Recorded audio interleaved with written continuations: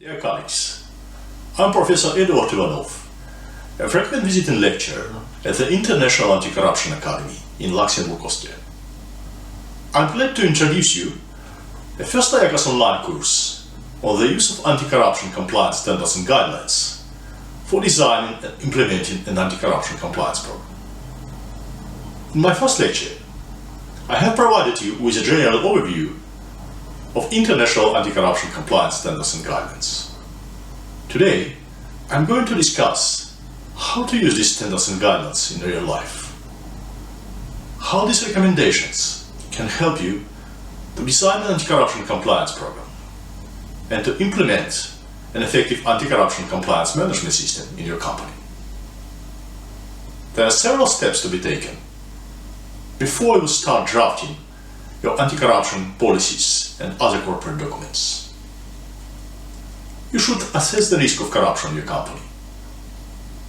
Define applicable laws, principles and values, and assess the resources available in your company for maintaining an anti-corruption compliance program.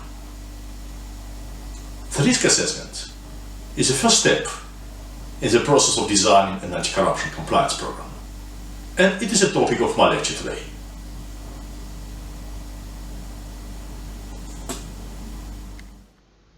You can ask why the risk assessment is so important for an effective anti-corruption compliance program. Sometimes companies adhere to a formal approach to anti-corruption compliance. They chart brilliant anti-corruption policies according to applicable laws, but don't consider the realities of their businesses. They describe numerous hypothetical situations of corruption, but don't provide the employees with a practical advice how to react on real situations they have doing day-to-day job. The compliance program that exists only on the paper cannot help you to protect your company from corruption. It will also not help you to reduce fines in case of criminal investigation. The Criminal Division of the US Department of Justice and the Enforcement Division of the US Securities and Exchange Commission underlined in the resource guide to the FCPA that one-size-fits-all compliance programs are generally ineffective.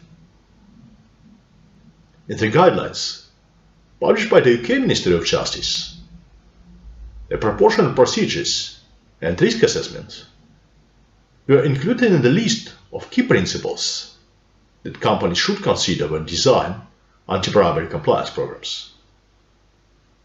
The Russian Ministry of Labor and Social Protection underlined in the guidelines on anti-corruption compliance that the risk assessment is a key step to design an effective anti-corruption compliance program and publish special guidelines on the risk assessment for companies. The corruption risk assessment in a company has several aims. First of all, the company should describe all the key business processes and identify and assess the risks of corruption in these processes. It's also very important to identify business units or persons facing these risks. After this risk assessment, company will be able to define and implement an anti-corruption compliance program, appropriate mitigation measures, and to allocate necessary resources according to the risk profile. How to start the process of risk assessment? First of all, this process should be formalized. A written order or decision of the CEO of the company is absolutely necessary. This order should define who will carry out the risk assessment. The company can use internal capacities or hire external experts to carry out the risk assessment. This order should also establish obligations of relevant employees and business units to provide necessary information and support for the risk assessment team. This author should also approve the program of risk assessment and establish obligation of the risk assessment team to provide a final report on the results of risk assessment and proposals for designing an anti-corruption compliance program. The risk assessment program defines risk categories that should be considered in a frame of risk assessment and a risk scale. You can find examples of the risk scale in guidelines published by the World Economic Forum and by the International Chamber of Commerce.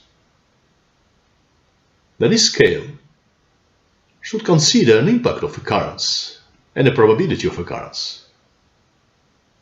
The risk assessment program should also foresee a periodical revision of risks.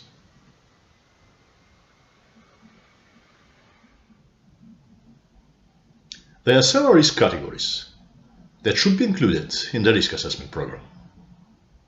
The first category includes geographical risks. You know that there is a huge difference between a company that does local business in a small town and a global enterprise that does international business in various jurisdictions, sometimes including high-risk jurisdictions. When we are talking about geographical risks, it's important to consider not only a country of residence or countries where your company is physically present. Countries where your company has business partners or bank accounts are also important for your risk profile. The second category includes industry-specific risks. It depends on the country, but you know that in some industries, corruption is more spread than in others. Therefore, you should consider risks related to your own industry where your company does business, and risks related to industries where your business partners do business.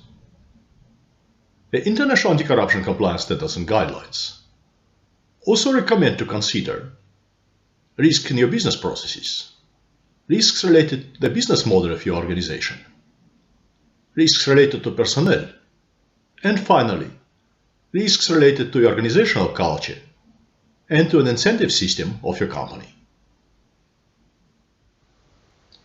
To assess the geographical risks, the International Anti-Corruption Compliance Standards and Guidelines recommend to use various lists of high-risk jurisdictions. To identify countries vulnerable for corruption, you can use the Transparency International's Corruption Perception Index. Modern corruption is quite often linked to money laundering. Corrupt officials develop schemes of corruption offenses in parallel with following money laundering to avoid possible detection and prosecution. In this regard, the FATF lists of high-risk and other monitored jurisdictions can be also helpful for the risk assessment. The FATF updates the list of high-risk and monitored jurisdictions 3 times a year when the FATF plenary meetings are held. You can also use the Anti-Money Laundering Index published by the Basel Institute of Governments. The industry-specific risks are described in the Transparency International's Bribe Pairs Index published in 2011. Some countries publish reports on crime statistics and criminological research reports that contain data on corruption offenses in various industries. Usually, corruption is much more spread in industries where success of business depends significantly on decisions of governmental authorities or a regular interaction with public officials is required. For example, a construction company has to apply for a license and needs on a regular basis numerous documents and approvals by public authorities. Therefore, this company should communicate on a regular basis with various public officials. An export-import company should also communicate on a daily basis with customs officers.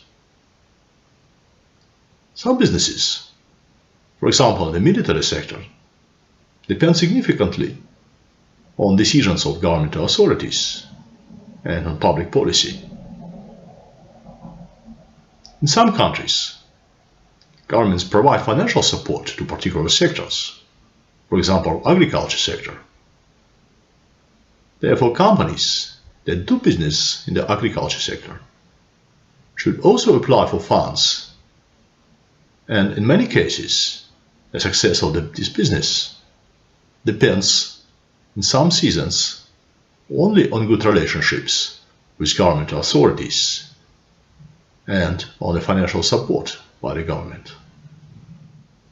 It's really great when the company is able to provide financial support for needy people and various humanitarian projects.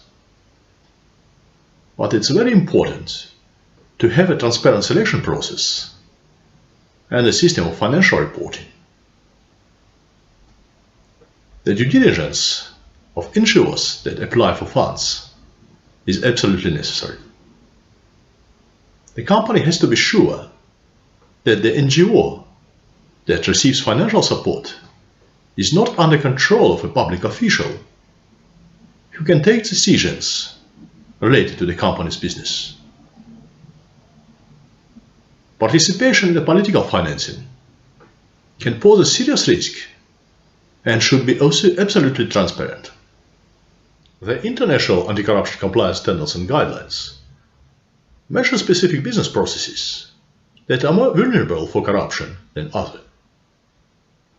As a rule, participation in public procurement, organization of tenders, sales, import and export of goods, government interaction, political financing, and charitable contributions and sponsorship require special attention. In the frame of the risk assessment, it's very important to analyze how these processes are managed in a company and whether all the necessary measures and control mechanisms are in place. The risk assessment team may propose to adopt additional measures and control mechanisms to mitigate the risks related to these processes. The risks related to a business model of the company should be assessed appropriately. The company with a decentralized management system can face additional corruption risks in branches and offices that do day-to-day business outside of regular control of the headquarters. For example, a branch of the financial institution can provide money laundering services for corrupt officials or can be involved in other types of criminal activities. As a result, the supervisory body can decide to apply sanctions against this financial institution, or even can decide to revoke the license for banking or other financial services. Accordingly, the risk assessment team should pay special attention to the interaction with branches and offices and check if the necessary preventive and control mechanisms are in place. The International Anti-Corruption Compliance Standards and Guidelines also recommend to focus on intermediaries that are involved in projects and processes in the company. Sometimes corrupt officials recommend particular intermediaries, and participation of these intermediaries in projects is the main condition for the participation of the company in projects funded by government. The remuneration for corrupt officials can be calculated as a part of remuneration of such intermediaries. As a result, the company can be involved in various types of corrupt activities.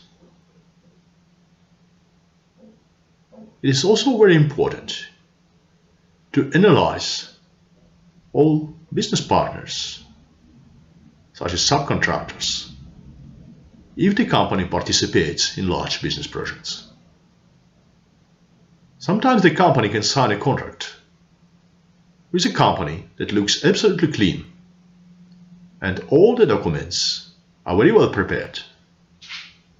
But then, when the project starts, the company can realize that some of the partners involved in the large project are under control of the corrupt officials. As a result, participation in such a project can cause serious reputational damage for the company. In this regard, it is very important to collect and analyze available data from open sources about all the partners involved in large projects. Assessment of risks related to personnel of the company is a part of the risk assessment program. Employees that are former public officials, family members or close associates of politically exposed persons can pose additional risk of corruption. A former public official can use good personal relationships with former colleagues, thinking that she or he acts in interest of the company, and commit a corruption offense. The risk assessment team should also take efforts to identify existing conflicts of interest. The conflict of interest as such is not a crime. If the conflict of interest is declared or identified, in most cases the company can take measures to resolve it. However, it's important to identify the conflict of interest and take necessary measures before an employee will start acting in the situation of conflict of interest. There is not so much information on the conflict of interest in general anti-corruption compliance standards and guidelines. Fortunately, in 2018, the International Chamber of Commerce published special guidelines on the conflicts of interest in enterprises. The useful information on the conflict of interest can be also found in the French guidelines published by the Anti-Corruption Agency. Sometimes, links between your employees and public officials or managers of the companies that are your business partners are not so obvious. They could, for example, go to the same school or play in the same kindergarten. A deep analysis of media can help to identify those hidden links. The International Anti-Corruption Compliance Standards and Guidelines also recommend to use big data analytics and modern IT technologies. Finally, the risks related to organizational culture should be considered. The risk assessment team should assess whether there is strong competitiveness between staff members, or an existing system of bonuses for financial achievements can create incentives not only for an effective work, but also for corruption. When a profit is an absolute priority in a company, an employee responsible, for example, of sale or participation in public procurement can easily cross a border between legitimate business and crime. Low level of trust and low level of integrity can also negatively impact employees involved in corruption. Usually, employees understand in a very short period of time whether ethical principles and values are really supported by the senior management or exist only on the paper. As you see, the risk assessment is not an easy exercise. You should consider various internal and external risks.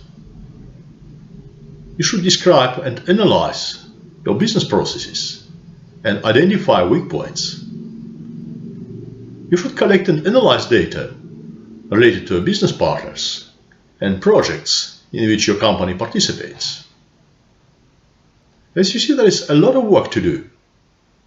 But I believe that the International Anti-Corruption Compliance Standards and Guidelines and some domestic standards and guidelines can help you to carry out the risk assessment successfully and to design and implement an effective anti-corruption compliance program in your company. You can find useful information on the risk assessments in a guide published by the UN Global Compact and in the Anti-Corruption Ethics and Compliance Handbook for Business, developed and published by the OECD, the UNODC and the World Bank. Next week, we will discuss provisions of international anti-corruption compliance standards and guidelines on applicable laws and corporate principles and values. We would also appreciate your feedback. If you have comments, questions, maybe ideas on new topics for training, or even proposals for cooperation, please don't hesitate to contact the International Anti-Corruption Academy via email, online training @ayaca.int. Thank you very much for your attention.